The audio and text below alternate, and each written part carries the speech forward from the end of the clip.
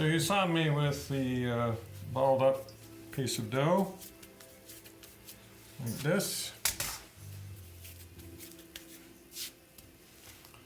I said I was mixing it, even when I was touching it, that I'm mixing it. I'm belaboring the point because it's obviously very important to me. Now I'm just rolling this out.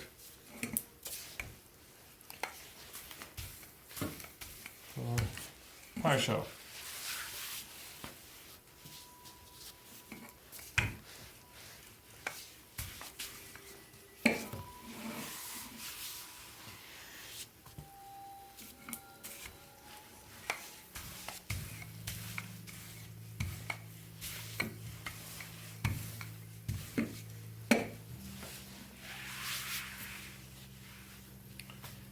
Personally, I like my crust to be a little bit thicker than most, but my customers like thin crusts, or most people like thin crusts, so that's what I roll out. Now, here's a telltale that's going to show you whether you've been successful at mixing this properly. By the time you get to this stage, and this is where you're going to stick it in a pie shell, so it's all rolled out to the size you want. And I wouldn't normally use a brush like this, I just want to make sure that you can actually see the surface. The pastry should have a marbled look to it, so you should be able to see, more lard, less lard.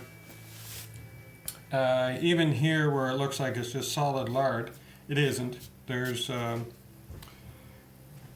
flour mixed into that, but there's less flour here than there is, say, over here. So if it looks marbled like this, it should turn out really, really nice and flaky. The last place where you're going to see whether you've been successful or not is in the cooking. Good pastry shrinks.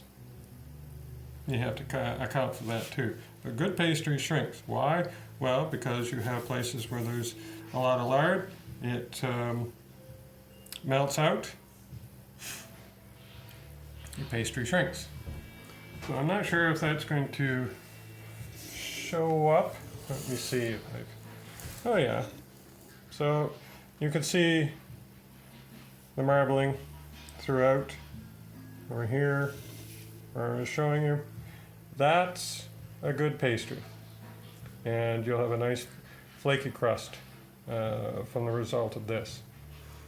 Hope that helps.